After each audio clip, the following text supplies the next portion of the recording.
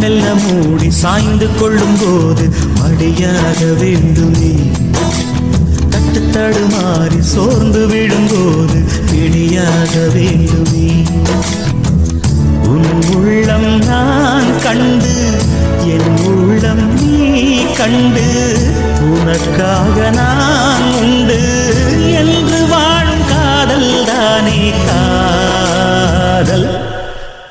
மலர் விட்டு மலரை தாவுவதா நல்ல காதல்.